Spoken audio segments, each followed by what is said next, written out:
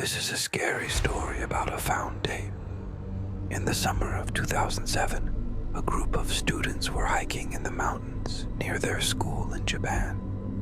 It was hot, humid, and pretty uneventful.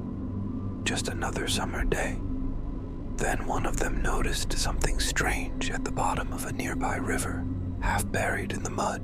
At first, they thought it was a rock, but when they pulled it out, they saw that it was an old metal camera. It looked antique, like something from the 1930s or 40s.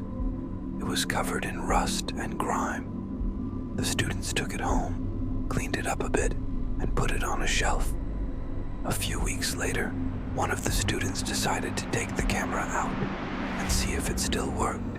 They put in a blank tape and turned it on. What they saw shocked them. The camera had no lens cover, and the film inside was almost completely gone. But there was one really old roll left, just 17 seconds long. And even though the tape was blank for the most part, whatever was on that camera was terrifying. The grainy black and white footage showed a candlelit room with 4 people standing in a circle. They were all wearing white masks that covered their entire faces. In the middle of the circle was a chair, and in the middle of the video, someone tied to that chair screamed silently. The masked people began moving slowly, their hands raised in the air, their movements perfectly in sync. Then the camera panned over to the victim, the one tied to the chair. His face was pale and twisted in silent terror. Then the camera zoomed in. At first, they couldn't tell who it was. The picture was too blurry. But then suddenly everything became clear. The victim was one of the students, or at least he looked exactly like one of the students. They stopped the tape and stared at each other in disbelief. Was this real? Had one of them been kidnapped and sacrificed by the others? But how? Why? And where? No one had any answers except the camera, and whoever had taken the tape. They tried rewinding the tape to see if they could figure out what was going on, but it was too distorted.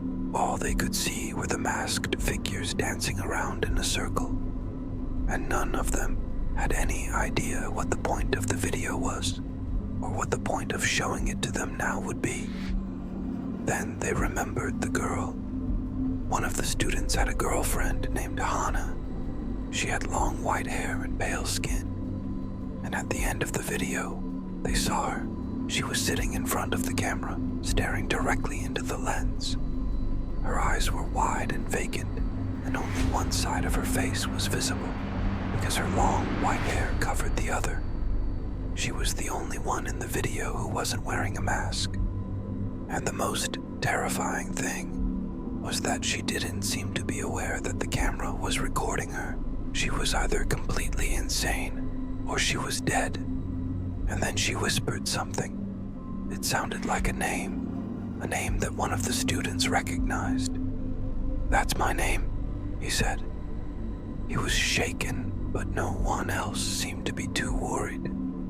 They figured that it was probably just some random name that the girl had said.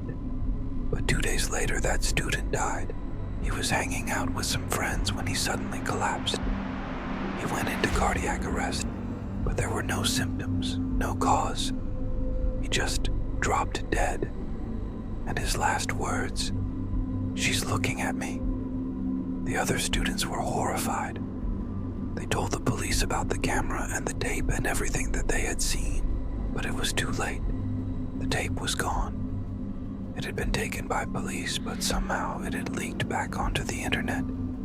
It reappeared on various websites and forums, and every time it did, someone died. That's why it's called the found tape. And every time it shows up, the woman is always the same. She never blinks. She never speaks again unless she's saying your name. So, if you ever find an old camera in a river, don't make the same mistake these students made. Don't play the tape. Don't test it. Because if you hear your name, it's already too late.